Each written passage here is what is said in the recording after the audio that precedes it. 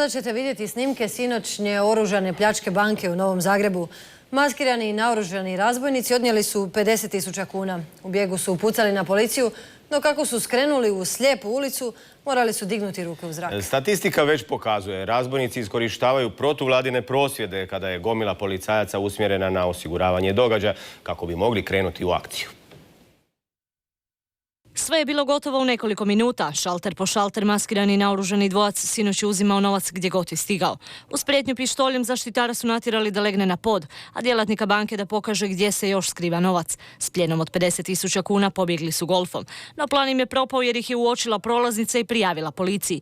Obojica su poznata otprije s više od 70 kaznenih djela. Radi se o mlađim muškim osobama, dakle starosti 26 i 30 godina sa područja Istre. Za jednim od njih raspisana je i potraga, dakle traži ga se u Istri radi izdržavanja kazne zatvora.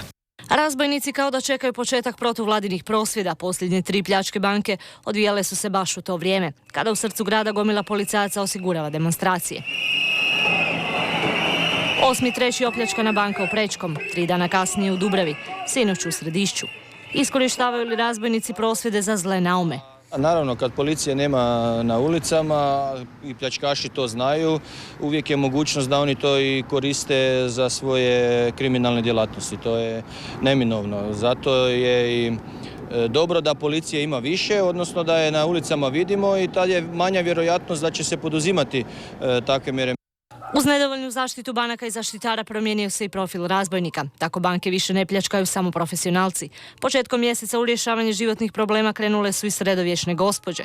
Uzeti plastični pištolj kupljen u kineskom dućanu, biti pritom žena s 50 do 60 godina, uletiti u banku i cijelu akciju obaviti za 3 minute. Stručnjaci za to imaju objašnjenje. Radi se o normalnim, običnim ljudima koji su zbog okolnosti životnih situacija pritisnuti. U tom trenutku očaja, eto ga, startaju takve stvari. Samo kako bi došli do malo novaca, gdje se zapravo postavlja pitanje da li se to uopće isplatilo. Gospođe su sada na ženskom odjelu u Remetinca, no kada je čovjek očajan, tvrde psiholozi, očito je i kreativan.